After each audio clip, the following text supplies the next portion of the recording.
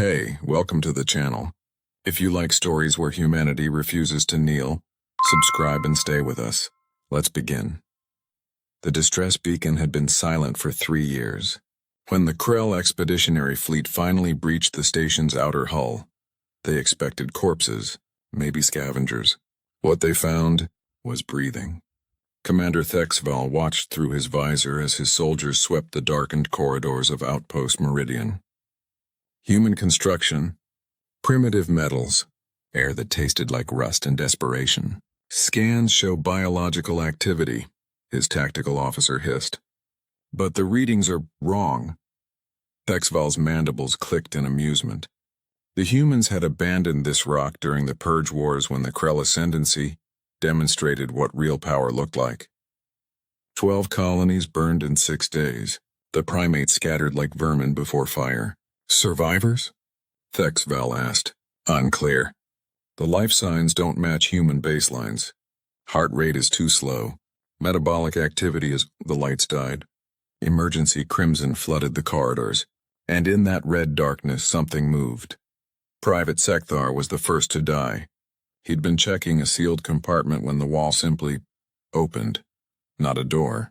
The wall itself peeled back like skin, and hands, human hands, pale and surgical, dragged him into the dark. His screams lasted 4 seconds. The squad opened fire. Plasma scorched the corridor, melting bulkheads, vaporizing air. When the smoke cleared, they saw it. A man. He stood in the center of the carnage, wearing the tattered remains of a colonial uniform. No armor, no weapon. His face was gaunt, eyes sunken so deep they looked like caves. His skin was translucent enough to see the network of veins beneath. But he was smiling. "You came back," the human whispered. His voice was wrong. Too many harmonics, like 3 people speaking through one throat. Thexval stepped forward, weapon raised. "You are alone, primate." "Surrender and—" The human laughed. It was a sound that made Thexval's blood crystallize in his veins. Not mockery, not fear. It was the laugh of something that had crossed a line so far back, it couldn't even see it anymore. "Alone?" The human's head tilted at an angle that should have broken his neck. "Commander, I haven't been alone since the 3rd week." Thexval's scanner screamed a warning. 73 life signs. All human. All moving through the walls like water through cracks. The station wasn't abandoned. It was a hive. "Fall back," Thexval roared. But the corridors were already changing. Doors sealed. Bulkheads shifted. The station's architecture reorganized itself with liquid efficiency, cutting off retreat vectors, channeling the Krell soldiers into kill zones. "How?" Thexval's second-in-command gasped.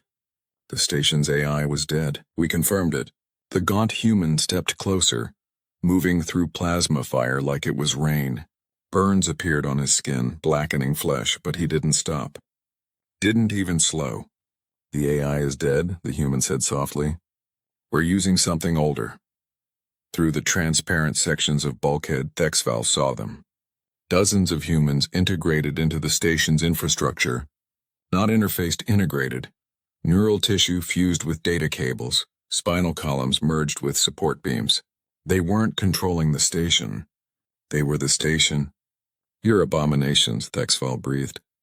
The human stopped 3 meters away. His smile never wavered. "You burned our colonies, killed our children, called us weak." His eyes, those horrible, hollow eyes, fixed on Thexval with absolute clarity. "So we stopped being what you could kill. We became what you couldn't survive." The walls began to close. Thexval fired his sidearm directly into the human's chest. The plasma round punched through tissue, cauterized organs, should have killed him instantly. The human looked down at the wound. Steam rose from the cavity where his left lung used to be. Then he looked back up. "That one hurt," he said conversationally.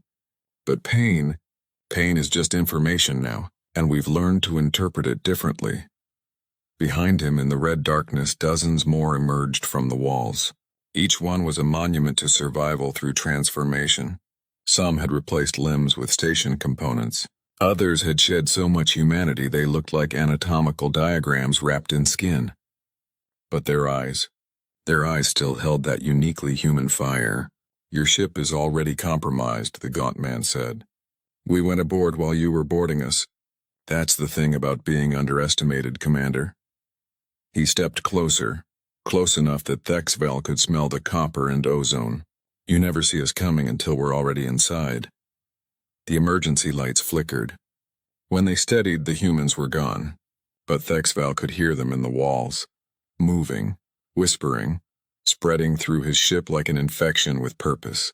And somewhere in the dark, that terrible laughter echoed.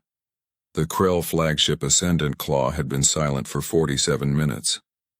High Admiral Krevshaw watched from her command dreadnought as the vessel drifted, running lights dead, communications severed. 8,000 Krell warriors aboard, an arsenal capable of glassing planets. Now it was just a tomb waiting to open. "Status?" she demanded. Her tactical officer's scales had gone pale. "Ma'am, the ship is still operational. Life support active. Engines functional. But there's no response to any hails," and then boarded. "Admiral, with respect, the last team that boarded a human structure never board it." The boarding party found them in the central command deck. Every Krell officer was alive, seated at their stations, hands on controls, eyes open, but none of them were moving. "Commander Thexvel?" The team leader approached the command throne. Thexvel's eyes tracked the movement. His mandibles clicked once. "Run," he whispered. Then his chest split open, not violently, not explosively. It simply parted, flesh peeling back with surgical precision to reveal what had been growing inside. Crystalline structures, organic circuitry, a fusion of biology and technology that should not exist. "They showed us," Thexvel said, his voice overlaid with that same wrong harmony the humans had. "We thought we could contain them, study them, understand their desperation."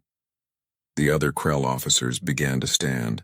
Their movements were synchronized, puppet-like, but underneath was something far more terrifying.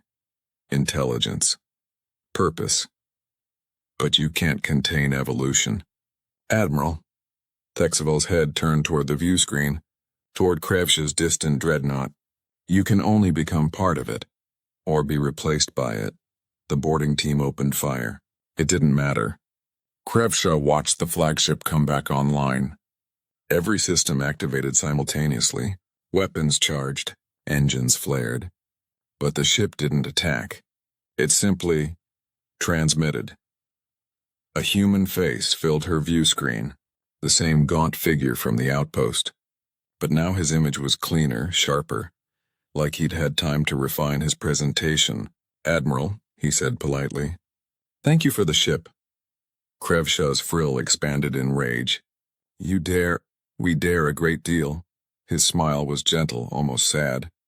"You taught us that. When you burned our worlds, you taught us that survival doesn't care about rules, about ethics, about remaining recognizable to those who knew us before." Around the human's image, tactical data scrolled. Krell fleet positions, supply lines, civilian population centers. "We were scientists once, teachers, farmers, parents." His voice carried weight now, centuries of grief compressed into words. "Then you made us choose between extinction and transformation." "You're monsters," Krevshaw breathed. "Yes." The human nodded. "We are. We've integrated with technology in ways that would horrify the people we used to be.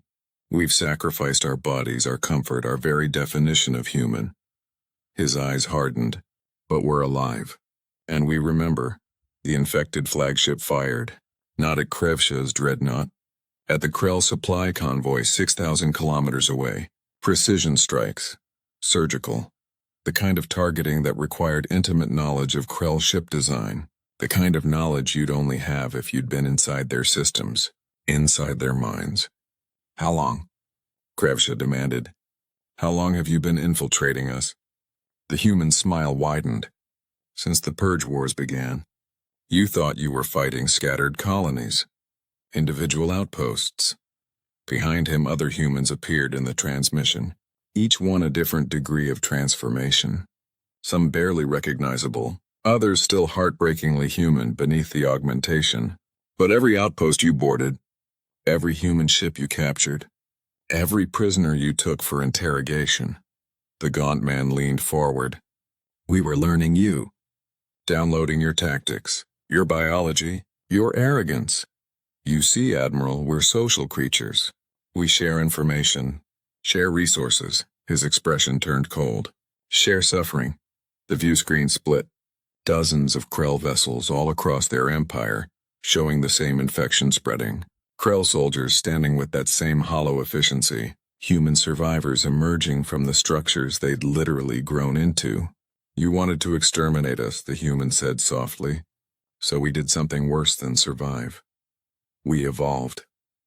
Krevsha's bridge lights flickered. Her crew turned to her and she saw it in their eyes. That wrong light, that impossible awareness. No, she whispered. Her second officer smiled with mandibles that no longer moved quite right. They came aboard during the diplomatic exchange last cycle. The human prisoners you thought were broken.